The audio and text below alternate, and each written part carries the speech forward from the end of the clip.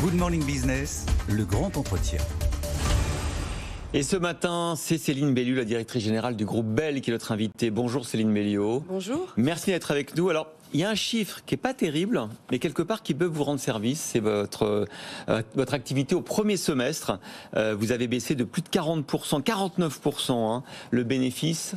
C'est une bonne nouvelle parce qu'en ce moment, on cherche les profiteurs de guerre. On cherche ceux qui profitent de la hausse des prix. On sait qu'entre la grande distribution, les agriculteurs et les industriels de l'agroalimentaire, chacun se renvoie la balle. Manifestement, alors je ne vais pas vous dire bravo, moins 49%, mais... Honnêtement, je pense que, pour rebondir sur ce que vous dites, évidemment que ce n'est pas une bonne nouvelle. Ce qui est important d'avoir en tête sur notre premier semestre, et je tiens à le redire, parce que c'est ces deux chiffres qui sont intéressants. On a fait 11% de croissance de chiffre d'affaires. Ouais. Nos volumes tiennent. 11% de croissance de chiffre d'affaires, vous ne trouverez pas beaucoup de groupes qui affichent ça sur le premier semestre. Mais et malgré ça, bah oui. on a, et ça, voilà, je l'avais expliqué quand j'ai pris la parole pour dire que nous faisons face à un tsunami d'inflation, et c'est comme ça que je l'ai expliqué, nos résultats du S1, c'est la preuve de ça. Et c'est tout ce phénomène de l'inflation, on l'a pris tout de suite. Ouais. Les hausses de prix ont mis du temps à les passer. C'est-à-dire que vous n'arrivez pas à obtenir de la grande distribution la hausse de vos tarifs ? Ça veut dire qu'il y a un décalage dans le temps entre le moment où l'inflation, on la prend tout de suite dans les coûts et le moment où on passe les prix. Et c'est ce décalage-là qu'on vit. Ça veut dire qu'on va revenir à une marge normative sur le début de l'année prochaine, mais jusqu'à présent, il y a ce décalage dont on souffre et dont la majeure partie des entreprises, et en particulier des entreprises laitières, souffrent. Mais c'est bien pour ça que j'alertais, et c'est bien pour ça que je continue à dire que ce que l'on vit est un contexte absolument exceptionnel, lié à la crise en Ukraine, et c'est pour ça que, évidemment, nous avons mis en œuvre tout ce que nous devons mettre en œuvre, c'est-à-dire des plans de productivité, une accélération, là encore, de notre management en mode frugalité. Donc, tout ça, on l'a mis en œuvre. Mais en même temps, quand on prend ce tsunami d'inflation, il n'y a pas d'autre solution que de nous laisser passer les prix, encore une fois, et c'est vrai pour nous, c'est vrai pour les éleveurs. On parle beaucoup d'éleveurs laitiers en ce moment. Je vous garantis que nous n'avons pas d'autre choix que de continuer à augmenter le prix du lait aujourd'hui. Et on va revenir justement sur cette demande du prix du lait, mais un mot sur la manière dont vous gérez cette inflation. Vous êtes fait, pas épinglé, c'est pas le bon terme, mais Foodwatch fait la liste des produits qui ont baissé en quantité, mais qui n'ont pas bougé sur les prix, ce qu'on appelle la shrinkflation. La shrinkflation. Ça permet de ne pas bousculer trop le consommateur, mais ça baisse. Le Kiri a perdu 10%, 2 grammes exactement. C'est quoi votre position là-dessus? Vous dites, puisque je ne peux pas augmenter les prix, je suis obligée de faire ça? Alors, vraiment, merci de me poser la question, parce qu'en fait, ça me permet de répondre. C'est-à-dire que il y a en ce moment un buzz qui est pour moi de l'ordre, en tout cas sur le cas Kiri, de l'ordre de la manipulation. Et je vais vous expliquer pourquoi. Oui. Nous n'avons pas, j'insiste, je le dis à la télé, donc c'est vérifiable, nous n'avons pas diminué le grammage d'une même recette liée à l'inflation des cours de matières premières. Ça, c'est faux. Il s'est passé quoi? Il y a 18 mois, on parle d'un changement qui date de 18 mois, donc rien à voir avec l'inflation aujourd'hui. On a changé la recette de Kiri. On a mis sur le marché une innovation. On a mis sur le marché un produit. Et nous sommes les seuls à savoir le faire. C'est des années de R&D, c'est des investissements industriels. Nous avons mis sur le marché un nouveau produit sur lequel il n'y a que 5 ingrédients seulement. Nous sommes les seuls à savoir faire de la naturalité. Il n'y a pas d'additifs, il n'y a pas de conservateurs. Nous sommes les seuls. Ce n'est pas le même Kiri. Ce n'est pas le même Kiri. Et c'est bien pour ça que nous avons écrit nouveau. Parce que ça serait absurde de mettre sur le marché une innovation et de ne pas dire la nouveauté. Donc il y a 18 mois, il y avait un pack. Il y avait une nouvelle proposition de valeur pour Kiri. Et moi, je vous dis que je préfère avoir 18 grammes de Kiri avec une recette 100% naturelle pour les mamans et pour les enfants, avec le bon niveau de calcium, avec le bon niveau de protéines. Et nous l'avons affiché sur le pack, puisqu'évidemment, nous voulions le faire le savoir. Donc c'était écrit nouvelle recette en face avant et en face arrière. Il y avait nouveau pack, nouveau format. Si nous n'écrivons plus au jour d'aujourd'hui dans les rayons nouveaux, c'est parce que la réglementation, et elle a raison, après 1 an, la réglementation française dit que vous ne pouvez plus claimer la nouveauté, ce qui est normal, puisqu'après 1 an, c'est plus nouveau. Sur vos autres produits, vous n'avez pas effectivement baissé les quantités pour éviter d'avoir augmenté les prix? Nous ne l'avons pas fait. Maintenant, si vous voulez une réponse il y a deux choses pour moi, et c'est tout le propos, c'est légal, on a le droit de le faire. Ce qu'il faut faire, c'est de la transparence. Pour moi, et c'est pour ça que d'ailleurs je respecte infiniment le combat de Foodwatch, c'est qu'effectivement, nous avons le droit. Et si la juste proposition, certains l'ont fait, je vous dis, c'est pas le cas de Kiri, donc il ne faut pas mélanger Kiri, mais peut-être que parfois la bonne proposition de valeur, c'est de revoir les grammages. Il faut juste le dire. Moi, j'ai aucun problème avec la transparence. J'ai un problème sur le fait qu'on ne soit pas transparent aujourd'hui sur le cas de Kiri. Est-ce que dans les négociations que vous entreprenez en permanence avec la grande distribution, on se dit les choses franchement, est-ce qu'il y a des bons et des mauvais élèves? Est-ce qu'il y a des grands distributeurs qui jouent le jeu et d'autres qui le jouent moins? Et parfois, c'est pas forcément ceux qu'on pourrait penser être les plus intransigeants.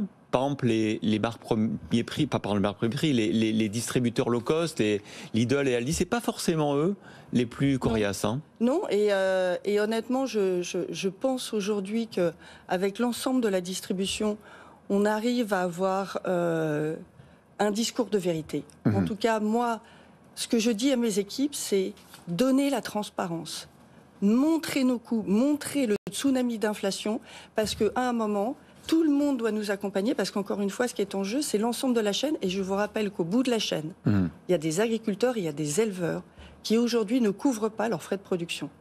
Maintenant, est-ce que c'est facile? Non. Est-ce que c'est assez rapide? Non. Vous le voyez, c'est pas assez rapide.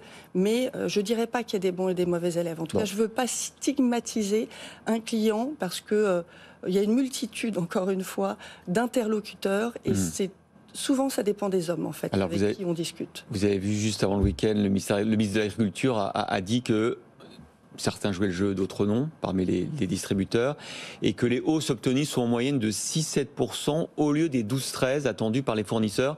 Est-ce que c'est le même ordre d'idée pour vous? Tout est absolument vrai, tous ces chiffres-là sont vrais. Vous demandez 12% et vous n'avez eu que 6%? Ben oui, évidemment. C'est bien ce qui se lit à un moment. Et c'est pour ça qu'on va continuer à augmenter les prix. Et c'est pour ça qu'on va aussi continuer à augmenter le prix du lait. Parce qu'il faut comprendre aujourd'hui qu'on a pris un premier tsunami d'inflation et qu'aujourd'hui, la guerre en Ukraine, c'est pas fini.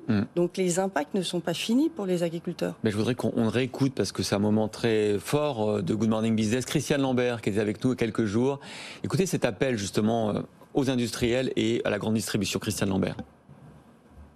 Produire son alimentation dans un pays, la souveraineté alimentaire, ça a de la valeur. On l'a trop bradé en pensant que le monde était un grand supermarché et qu'on pourrait tout acheter moins cher ailleurs. Ça a de la valeur, mais protégeons-le. Là, on est sur un point de bascule. Soit on tient les prix face à la hausse des charges et les agriculteurs tiennent debout. Moi, j'ai des agriculteurs qui arrêtent la production laitière chaque semaine parce qu'ils n'ont plus le moral. Leur travail est méprisé. Ils se lèvent à 6h du matin, ils se couchent tard, ils se lèvent pour faire des vélages. Manger des animaux, pareil, quand il y a des truies qui mettent bas, on se lève la nuit pour les accompagner. Quand au bout du compte, on nous dit « Salut, c'est trop cher, on n'achète pas vos produits, on va les prendre ailleurs », c'est méprisant. Ça ne peut pas durer comme ça. Ouais. Est-ce que vous, Céline Belliot, vous faites un effort? Est-ce que vous achetez un peu plus cher le lait aujourd'hui aux agriculteurs? Oui, et puis surtout, on est dans une logique de partenariat. Et ça fait des années, c'est ce que je vous l'ai dit. Ça a commencé le partenariat il y a déjà 5 ans, quand on a été les seuls à décider de fixer et de garantir le prix du lait. Donc, vous savez quoi? On a fixé un prix, on s'est revu en avril, on se revoit là. Et s'il faut, on se reverra dans 3 mois. Donc, c'est ça qui est important. Elle a raison, Christiane Lambert. Et moi, j'aimerais juste faire un tout petit point là-dessus. Je pense qu'il faut arrêter d'opposer la pauvreté des campagnes à la pauvreté des villes. C'est un mauvais débat. C'est pour ça qu'on est coincé dans une quadrature du cercle.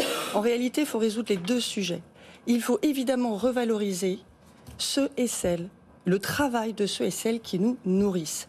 Et il faut aussi s'atteler au problème de la précarité alimentaire. Il faut s'atteler au fait qu'aujourd'hui, il y a à peu près entre 6 et 10 millions de Français qui, quand ils rentrent dans un supermarché, comptent chaque centime. Ce n'est pas le cas de tout le monde. Ceux-là, il faut les aider, il faut mettre en place le chèque alimentaire, l'État doit jouer sa part, et il y a tout le reste de la population qui doit comprendre que quand elle rentre dans un supermarché, ce qu'il y a derrière ce qu'elle achète, c'est la santé, c'est le bien-être de ceux et celles qui nous nourrissent, c'est l'impact carbone, c'est tout ça l'alimentation. Et ça a de la valeur en fait. Un mot de votre croissance à l'international et notamment de la Chine.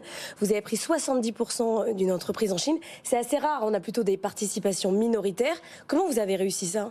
Shandong Junjun Cheese. Absolument, J'ai bien dit Junjun Cheese, c'est ça exactement. C'est du fromage. C'est du fromage. Alors on est très heureux d'avoir fait cette acquisition parce que je considère que le groupe Bell est aujourd'hui à un moment pivot. La Chine fait partie de ce qu'on appelle nous nos nouveaux territoires et Junjun est pour moi une acquisition transformante. Et elle est transformante pourquoi ? Parce qu'elle nous donne des capacités de production en Chine, une équipe recherche et développement en Chine qui va nous permettre d'avoir l'agilité dont on a besoin et de fournir l'accélération et l'innovation dont le marché chinois a besoin.